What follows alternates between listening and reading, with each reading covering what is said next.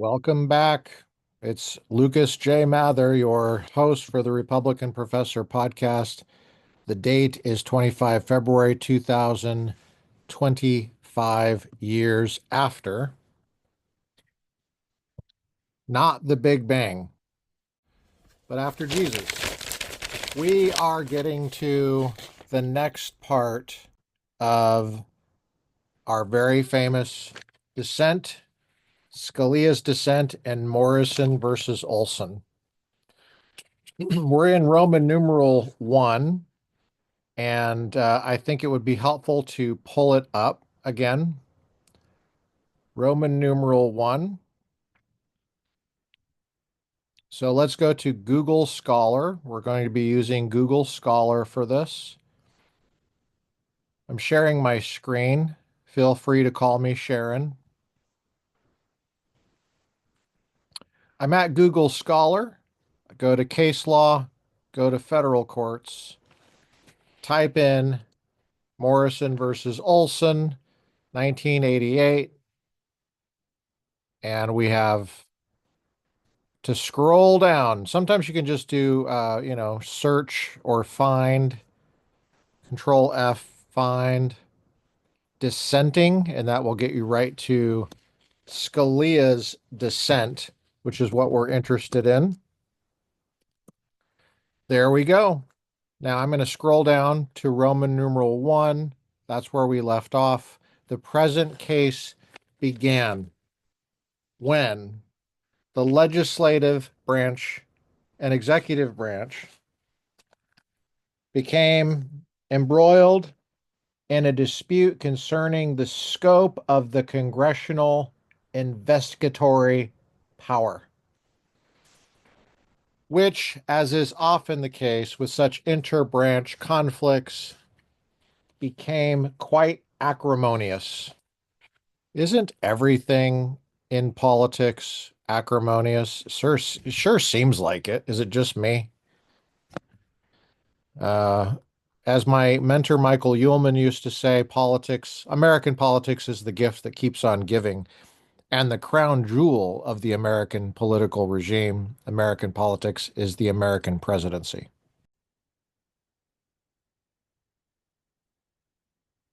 In the course of oversight hearings into the administration of the Superfund by the Environmental Protection Agency, EPA, two subcommittees of the House of Representatives requested and then subpoenaed numerous internal EPA documents. The president responded by personally directing the EPA administrator not to turn over certain of the documents. On page 700. All right. So we got an executive privilege claim here.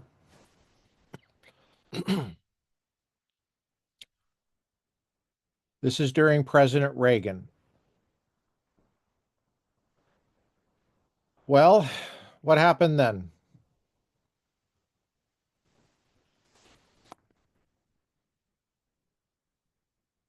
So there was an assertion of executive privilege from Attorney General William French. In his decision to assert executive privilege, the president, I'm right here. You see this? I'm right here.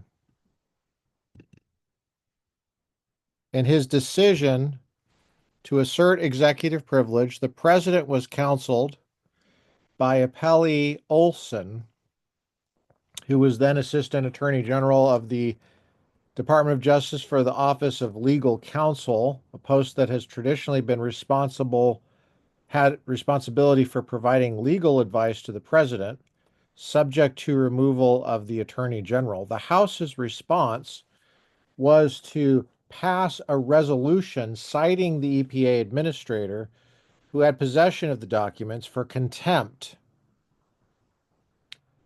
Contempt of Congress is a criminal offense.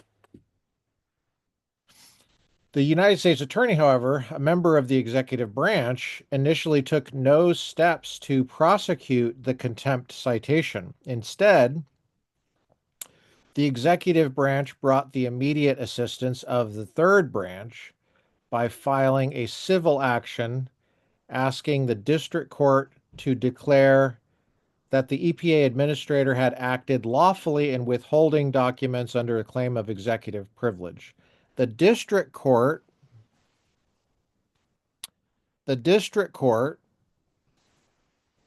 declined, in my view, correctly,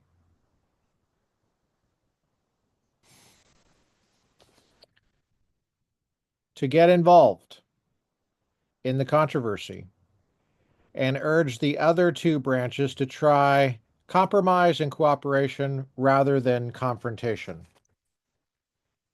Going to the next page. You guys see this is about separation of powers, and I'm going to do the old Rush Limbaugh. I don't know what it is. I miss that guy. I just miss him. I'm going to go see my grandpa tomorrow. And the last time I spent significant time with my grandpa was in 2017. It's not the last time I've seen him, but the last time I spent extended weeks with him, seeing him regularly while I was teaching at Moore Park College and Cal State Northridge. Where else was I teaching at the time? LA Mission College in LA. I spent the night with him because he's like he's in Ventura County, which is not too far from Moore Park, Camarillo. And Grandpa at that time had Rush Limbaugh on every day in the kitchen. So we'd be sitting there having coffee, listening to Rush Limbaugh together, me getting ready to go teach my introduction to ethics course at the time at Moore Park College, and then later my business ethics course at Cal State Northridge. And anyway, he's 102 tomorrow, Grandpa Mather. And so I'm going to go see him. I'm going to have a cigar with my Uncle Jimmy, his oldest son, and see my aunt and Linda and my brother probably. So I'm excited about that. Anyway, I'm a little bit slow today just because I have family issues on my mind. And at the same time, I'm really dialed into this material because my family has been so into this stuff for a long time. My grandpa knew President Reagan. I'm just thinking a lot. I'm pondering a lot. This is live issue right now. All of this is such a live issue. After further haggling, the two branches eventually reached an agreement giving the House subcommittees limited access to the contested documents. All right. You see how separation of powers comes into play when you want information. Congress did not, however, leave things there. You see, Congress wants to prosecute for withholding documents. They call that contempt of Congress. You guys following that? But prosecution is part of the executive branch, not the congressional branch. The Congress is basically saying we want to do the executive job, or we want to make the executive do its job. All right, let's see how this plays out. I mean, I already know how it plays out, but I want you to see. Congress did not, however, leave things there. Certain members of the House remained angered by the confrontation, particularly by the role played by the Department of Justice. Specifically, the Judiciary Committee remained disturbed by the possibility that the department had persuaded the president to assert executive privilege despite reservations by the EPA, that the department had deliberately and unnecessarily precipitated a constitutional confrontation with Congress, that the department had not properly reviewed and selected the documents as to which executive privilege was asserted, that the department had directed the United States Attorney not to present the contempt certification involving the EPA administrator to a grand jury for prosecution, that the department had made the decision to sue the House of Representatives. Make sure I'm right here. Yep. sue the Department of the House of Representatives, and that the department had not adequately advised and represented the president, the EPA, and the EPA administrator. Accordingly, staff counsel of the House Judiciary Committee um, were commissioned, apparently without the knowledge of many of the committee members, to investigate the Justice Department role in the controversy. That investigation lasted 2.5 years and produced a 3,000-page report issued by the committee over the vigorous dissent of all but one of its minority party members. That report, among other charges, questioned the truthfulness of certain statements made by Assistant Attorney General Olson during testimony in front of the committee during the early stages of its investigation, was sent to Attorney General along with a formal request that he appoint an independent counsel to investigate Mr. Olson and others. What the heck is an independent counsel? Independent of what? It's like, during the lockdowns, they said essential versus inessential. Well, essential for what? Making a living? Inessential for making a living? An independent counsel, independent of what? Independent of what? Do we live in a system of independent officials? Well, judges have a high degree of independence because of the nature of their job. It's built into the Constitution. But we're not talking about judges, are we? We're not talking about Article 3. We're talking about Article 1 and Article 2. They have tenure, right? It's the term of office. There's removal procedures that, are consistent with tenure. Of course, the voters are the ones that are supposed to say ultimately what that tenure is by election, at least in the Congress. I think it should be that way for the president. It originally was that way, but we changed the Constitution. We, not me, but older people that were freaked out by Democrats, like Franklin Roosevelt, who won re-election 4 times. You know what I mean, Vern? Let's go back to the text.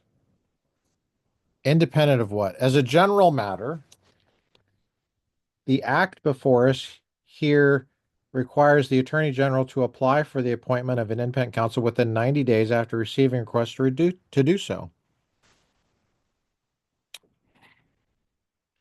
Let me give you another angle here. I think we should go to the U.S. Constitution. Yeah, the Fourth Amendment is great. Let's go to the Constitution. Article 1. Yeah, Article 1. Article 1. Love Article 1.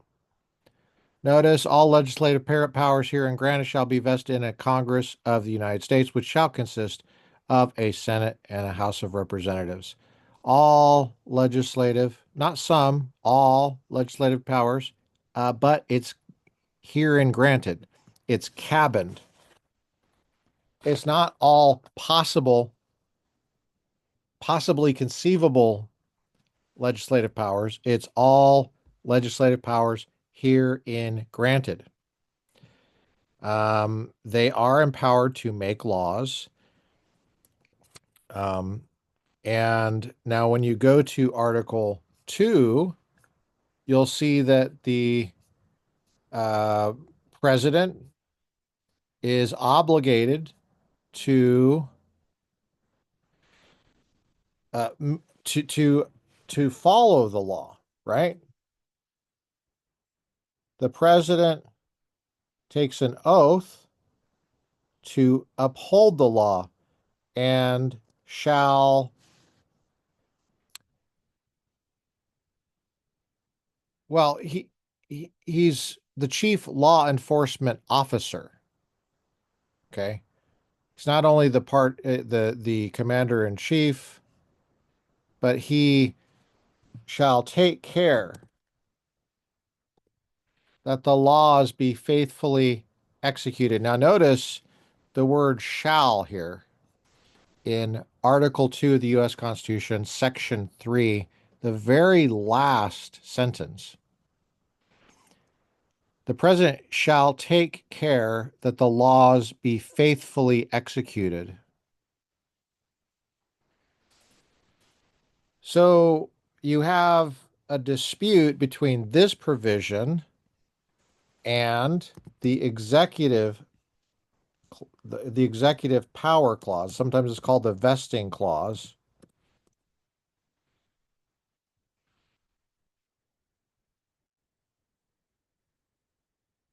The executive power shall be vested in a president of the United States of America. So I'm pulling up executive power. It's in Section 1, Article 2, creating the presidency. The executive power shall be vested in a president of the United States of America. He shall take care the laws be faithfully executed. Section 3. Section 1, the executive power shall be vested in the president of the United States of America. Section 3, he shall take care the laws be faithfully executed. What happens when those two things appear to conflict? Prosecution is an executive power. It's not cabined in any way in the language. It doesn't say the executive power herein granted, herein defined. It says just the executive power. But then he has to take care of the laws to be faithfully executed. There is a law. The act before us requires, okay, he shall take care of the laws be faithfully executed. So that there's a law requires the Attorney General to apply for the appointment of independent counsel within 90 days. But what the heck is this? An independent counsel.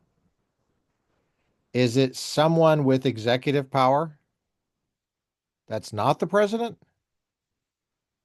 According to Article 2, Section 1, that would be impossible.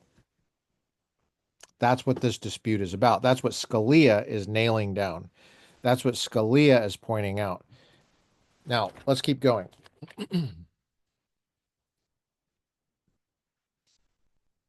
As a practical matter, it would be surprising if the Attorney General had any choice, assuming this statute is constitutional, but to seek appointment of an independent counsel to pursue the charges against the principal object of the congressional request, Mr. Olson.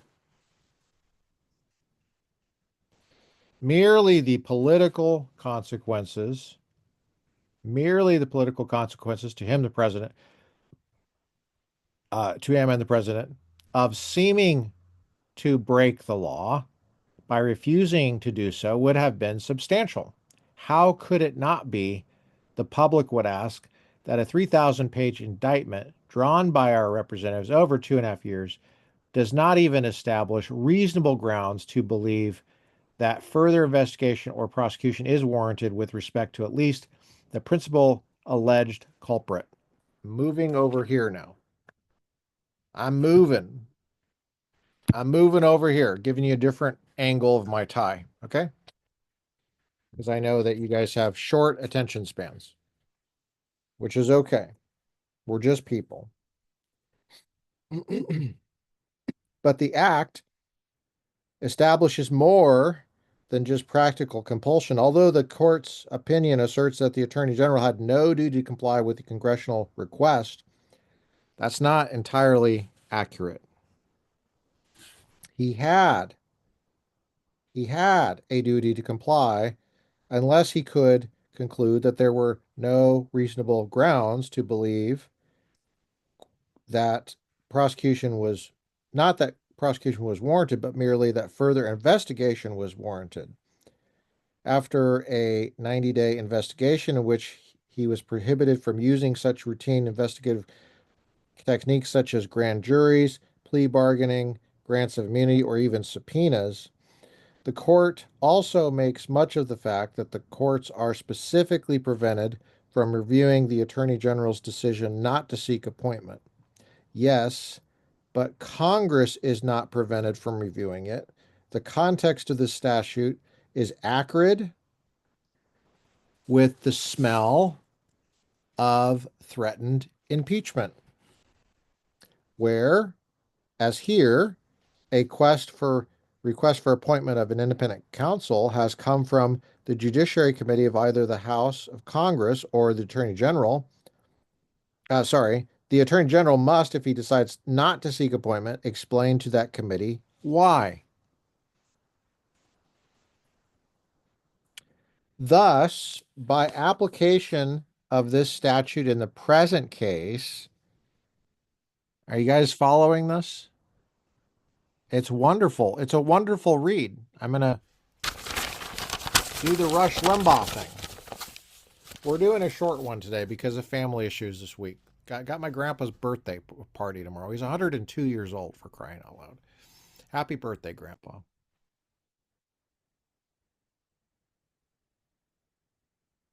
Okay. Thus, by the application of this statute in the present case, Congress has effectively compelled a criminal investigation of a high-level appointee of the president in connection with his actions arising out of a bitter power dispute between the president and the legislative branch.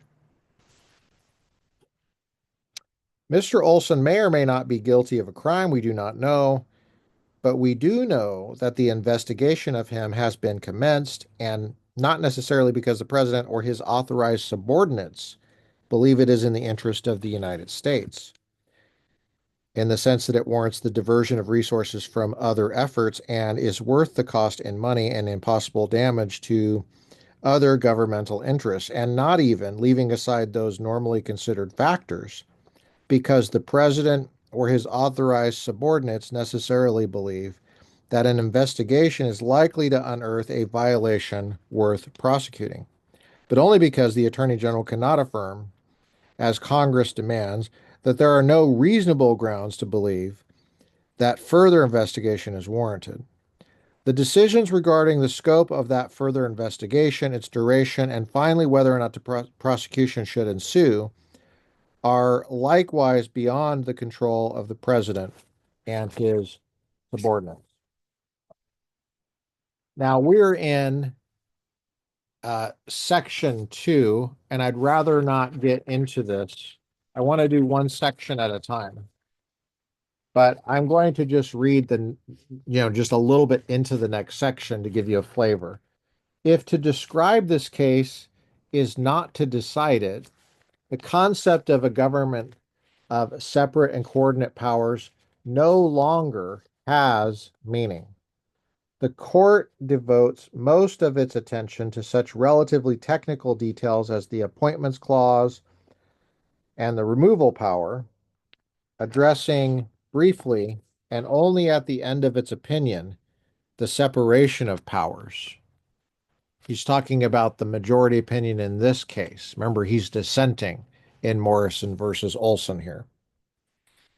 As my prologue suggests, I think that has it backwards. Our opinions are full of the recognition that it is the principle of separation of powers and the inseparable corollary that each department's defense must be made commensurate to the danger of attack.